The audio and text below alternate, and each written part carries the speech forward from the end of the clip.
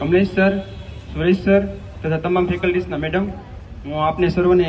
Dhandhaliya Rushik, GNM third year student, આપ સર્વને આ પાવન દિવસની શુભેચ્છા પાઠવું છું.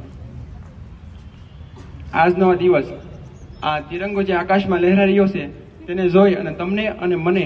આજે ગૌરવની લાગણી અનુભવ થાય છે. પરંતુ તમને ખબર છે, આ તિરંગો ભારતની આન બાન અને શાન ફક્ત ને ફક્ત આજના દિવસ માટે નહીં, પરંતુ આપણા દેશના જવાનના શ્વાસથી લહેરાઈ રહ્યો છે. અને જ્યારે આપણા દેશના ફૌજી અત્યારે સરહદ ઉપર હોય તો એ ફક્ત ને ફક્ત જાટ, મરાઠા, મદ્રાસી કે કોઈ ગુરખા નથી, પરંતુ આજે સરહદ ઉપર લડવા વાળો દરેક એક વ્યક્તિ આજે એક ભારતવાસી છે. અને જ્યારે એક માતા પોતાના પુત્રને 18 વર્ષનો મોટો કરી અને જ્યારે સરહદ ઉપર મૂકે છે ને, ત્યારે માતાને એવું નથી હોતું કે મારો પુત્ર શહીદ થશે, કે મારો પુત્ર અને આવું થશે કે તેવું થશે, પરંતુ તે એવું વિચારે છે કે મારો પુત્ર આ મારા પરિવારનું તથા મારા દેશના 145 કરોડ પરિવારોનું સારું કરશે. કોઈ પણ માતા પોતાના પુત્રનું બલિદાન દેવા ઈચ્છતી નથી હોતી. ત્યારે જ તે કે આ આઝાદીની કિંમત તમે આપણને ન પૂછો, આ આઝાદીની કિંમત એને પૂછો કે જે માતાએ પોતાનો પુત્ર, જે પિતાએ પોતાનો પુત્ર, જે પુત્રએ પોતાનો બાપ અને જે બેને પોતાનો ભાઈ આ સરહદ ઉપર મૂક્યો છે. ત્યારે એક અટલ બિહારી વાજપેયી સાહેબે લખેલું એક વાક્ય યાદ આવે કે ભારત એક કોઈ જમીનનો ટુકડો નથી, भारत को एक जमीन का टुकड़ा नहीं है, भारत एक मजबूत राष्ट्र पुरुष है. અને भारत एक मजबूत राष्ट्र पुरुष है. तो ये કેવું કહે છે ભારતને કે ये वंदन की धरती है, ये अभिनंदन की धरती है, ये वंदन की धरती है, ये अभिनंदन की धरती है, ये अर्पण की भूमि है, ये तर्पण की भूमि है, ये अर्पण की भूमि है, ये तर्पण की भूमि है. यहाँ की नदी हमारे लिए गंगा है, यहाँ की नदी हमारे लिए गंगा है, यहाँ का कंकर हमारे लिए शंकर है. और हम जिएंगे तो भी इस वतन के लिए और मरेंगे तो भी इस वतन के लिए. और मरने के बाद कोई हमें पूछेगा, कोई मरने के बाद कोई हमारी गंगा में बहती हुई अस्थियों को कान लगाकर सुनेगा तो उसको एक ही आवाज सुनाई देगी, भारत माता की जय, भारत माता की जय. અને હા, અને ફક્ત એવું જ નથી, જ્યારે આપણી આઝાદી સમયે આપણા દેશના યોદ્ધાઓ જ્યારે લડતા હતા ત્યારે તેના મનમાં કેવી ભાવના હતી કે आजादी उनकी दुल्हन थी, आजादी उनकी दुल्हन थी, वो दुल्हन उनको जान से भी ज्यादा प्यारी थी. आजादी उनकी दुल्हन थी, वो दुल्हन उनको जान से भी ज्यादा प्यारी थी. यूं कायर बनकर घुटने ना टेक ए भारतवासी, यूं कायर बनकर घुटने ना टेक ए भारतवासी, ये हमारे वीरों की खुददारी थी, ये हमारे वीरों की खुददारी थी.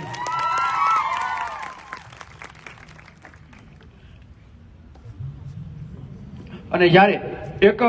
યુવાધન તરીકે આજે પાકિસ્તાન વાળા કે કોઈ પણ આતંકવાદીઓ આપણા દેશ વિશે, આપણી સંસ્કૃતિ વિશે, આપણી માતૃભૂમિ વિશે, આપણા વેદો વિશે, આપણી ગીતા વિશે જ્યારે અપમાનજનક શબ્દ બોલતા હોય, અને આ યુવાધન તરીકે, એક યુવાન તરીકે આજે તમે અને મારું જો ખૂન ગરમ ન થાય ને તો એક મસ્ત સંદેશ છે કે યુવાધન તરીકે આજે આપણે ફરજ છે, જો અબ તક ના ખોલા वो खून नहीं पानी है, जो अब तक ना खोला वो खून नहीं पानी है, जो देश के काम ना आए वो बेकार जवानी है, जो देश के काम ना आए वो बेकार जवानी है. जवानी कोने कहेवाय? जवानी कोने कहेवाय कि જ્યારે લાહોરની જેલમાં એક વ્યક્તિ 23 વર્ષની ઉંમરે જેને પકડવામાં આવે છે અને એ વ્યક્તિને જેલમાં પૂરવામાં આવે છે, ત્યારે હજારો માતાઓ અને બહેનો ત્યાં જઈને એક નારા લગાવે છે કે હમે આઝાદી નહીં चाहिए, हमें आजादी नहीं चाहिए, हमें हमारा स्वराज्य नहीं चाहिए, हमें आजादी नहीं चाहिए, हमें हमारा स्वराज्य नहीं चाहिए, सिर्फ और सिर्फ हमें हमारा भगत लौटा दो, सिर्फ और सिर्फ हमें हमारा भगत लौटा दो. तो भगत सिंह जेल में कैसे कि यूं भीख न मांग मेरी आजादी की, यूं भीख न मांग मेरी आजादी की, आजादी मेरा जन्म सिद्ध अधिकार है, मैं उसको छीन लूंगा, मैंने झोटी लईश, आजादी ની ભીખ ના માંગો. અને એ જ ભગતસિંહને આખરે ઘણા બધા પ્રયાસો કરવા છતાં જ્યારે આખરે ફાંસીનો ફેસલો આપવામાં આવે છે અને ફાંસી જાહેર કરવામાં આવે છે, ત્યારે ભગતસિંહ આગલી રાતે એક દેશ માટે, તમારા અને મારા માટે એક સંદેશ મૂકે છે. અને સંદેશ કેવો હતો કે मैं लिख रहा हूं अंजाम जिसका, मैं लिख रहा हूं अंजाम जिसका कल उसका आगाज आएगा, मैं लिख रहा हूं अंजाम जिसका कल उसका आगाज आएगा, मैं रहूं या ना रहूं लेकिन मेरे लहू का हर एक कतरा इंकलाब लाएगा, मेरे लहू का हर एक कतरा इंकलाब लाएगा. और मेरा वादा है तुमसे, और मेरा वादा है तुमसे कि मेरे मरने के बाद मेरे वतन पर मरने वालों का एक जन सैलाब आएगा, मेरे वतन पर मरने वालों का एक जन सैलाब आएगा. અને આ જ વાત કે આ જ વાત તમે જયારે સરહદ ઉપર જઈ અને કોઈ ફોજીને પૂછવામાં આવે કે તારી માતૃભૂમિ ઉપર કે તારી સરહદ ઉપર કોઈ હુમલો કરશે અને તારી માતૃભૂમિને કોઈ પણ અપશબ્દ બોલશે ત્યારે તમારો જવાબ કેવો હોય? તો ઈ ફौजी हो કે सिर के बहा दूंगा लहू दुश्मन के सीनों का, सिर के बहा दूंगा लहू दुश्मन के सीनों का, यही तो मजा है फौजी होकर जीने का, यही तो मजा है फौजी होकर जीने का। અને ફક્ત ને ફક્ત આઝાદીની લડતમાં પુરુષોએ ફાળો આપ્યો એવું નથી, પરંતુ આઝાદીની લડત સમયે ફક્ત ને ફક્ત પુરુષોએ ફાળો આપ્યો એવો નથી, પરંતુ એક એવી વીર વિરાંગના કે જ્યારે એક સમયમાં સન 57માં બધી બાજુ ફિરંગીઓનું શાસન હતું, બધી બાજુ ફિરંગીઓનું શાસન હતું, હાથમાં એક એનો ભગવો હતો અને એ આવી હતી તો એનું વર્ણન કરવું હોય તો કેવી હતી કે હિલ ઉઠાતા સિંહાસન,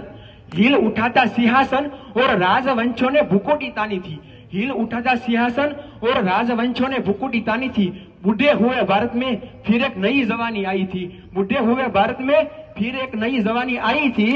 गुमी हुई आजादी की कीमत,